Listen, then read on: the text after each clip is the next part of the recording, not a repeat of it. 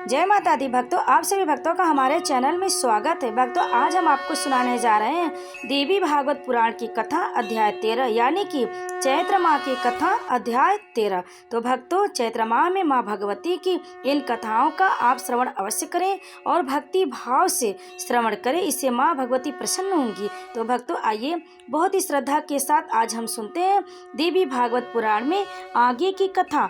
व्यास ने कहा, हे राजा, दो शक्तिशाली दानव वास्कल और दुर्मुख जो युद्ध कला में निपुण थे, अपनी वीरता के नशे में चूर होकर युद्ध के लिए निकल पड़े। दोनों दानव अपने अहंकार में चूर होकर युद्ध के मैदान में गए और देवी को बादलों की गड़गड़ाहट जैसी गहरी आवाज में संबोधित करने लगे। हे सुंदर देवी, आप दैत्यों के स्वामी उस उच्च आत्मा वाले महिषासुर को चुनकर उनकी पूजा करें, जिन्होंने सभी देवताओं को जीत लिया है। वे एकांत में मनुष्य रूप में सभी शुभ चिन्हों से युक्त और सुंदर आभूषणों से सुशोभित होकर आपके समक्ष आएंगे। हे मधुर मुस्कान वाली देवी, आप अपने प्रेम के उच्चतम भावों को सुंदर महिषा को अपने पति के रूप में अर्पित करें और आपको तीनों लोकों के सभी सुखों की प्राप्ति होगी। हे मधुर बाड़ी वाली देवी, संक्षेप में यदि आप उन्हें अपने पति के रूप में चुनते हैं तो आप उन अतुलनीय सांसारिक सुखों की स्वामिनी होंगी जिनकी स्त्रियां सदा कामना करती हैं। वास्कल और दुर्मुख की ये बातें सुनकर देवी ने कहा, हे मूर्ख, क्या तुम मुझे काम वासना में उलझी हुई समझते हो? क्या मुझमें इतनी शक्ति और बुद्धि नहीं है कि मैं उस पाखंडी महिष की पूजा करूं? पति के रूप में देखो, उच्च कुल की स्त्रियां ऐसे पुरुषों का चयन करती हैं जो परिवार, प्रतिष्ठा, योग्यता और आचरण के मामले में उनके बराबर हो, या जो सौंदर्य, चतुराई, बुद्धि और अन्य गुणों में श्रेष्ठ हो। तो फिर एक देवी कामुक होकर सभी जानवरों के सबसे घृणित महिष नामक राक्षस की पूजा कैसे कर सकती है?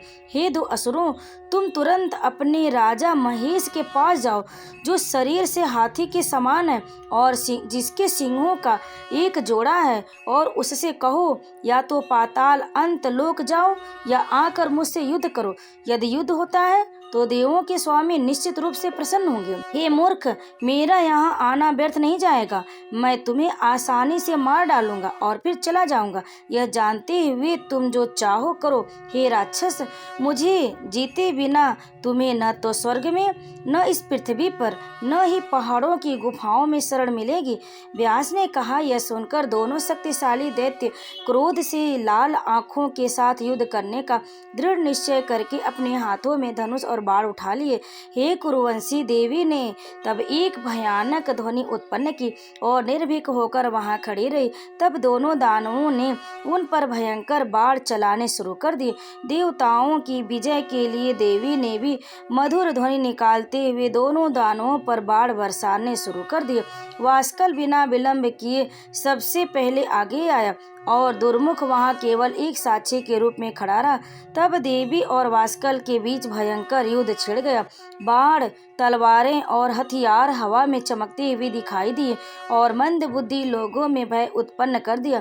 तब जगत की माता ने वास्कल को उग्र होते देख उस पर पत्थर पर तपी हुई 5 बाण चलाए।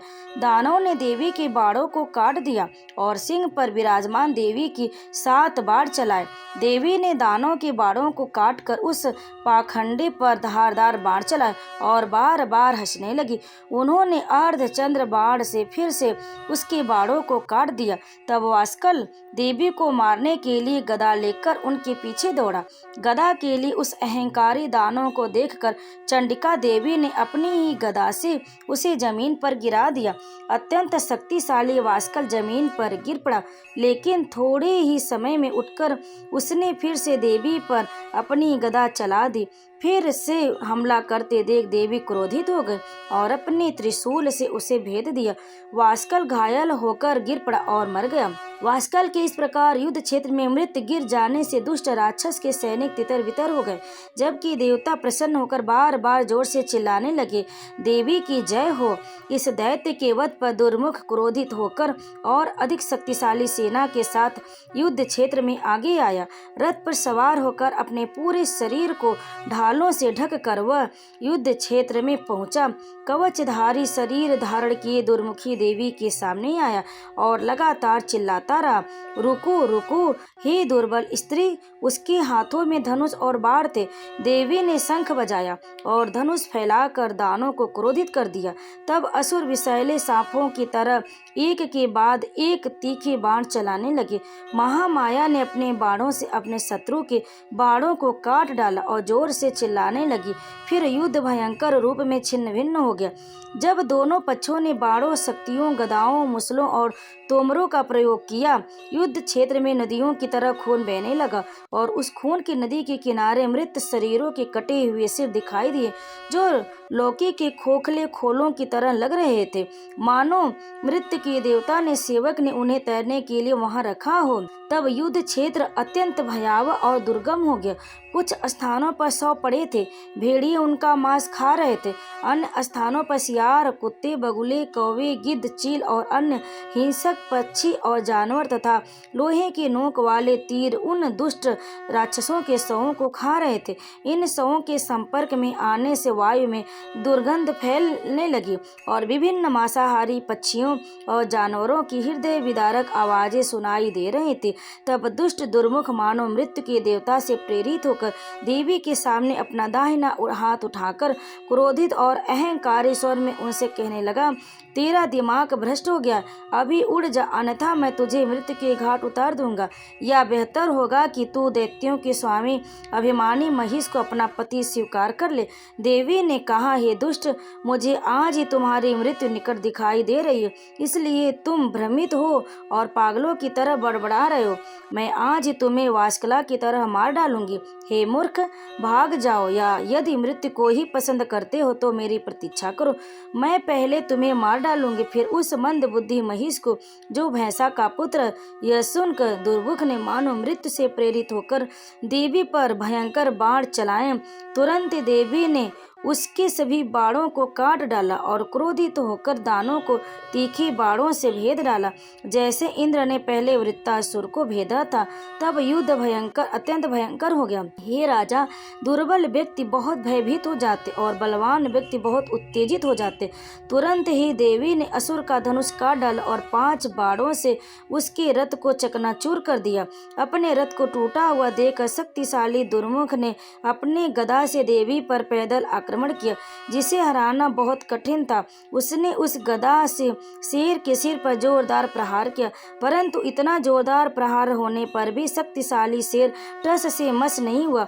राक्षस को अपने सामने इस प्रकार खड़ा देखकर देवी अंबिका ने अपनी धारदार कुल्हाड़ी से उसका सिर काट डाला। सिर कटने पर दुर्मुख मैदान में मृत पड़ गया।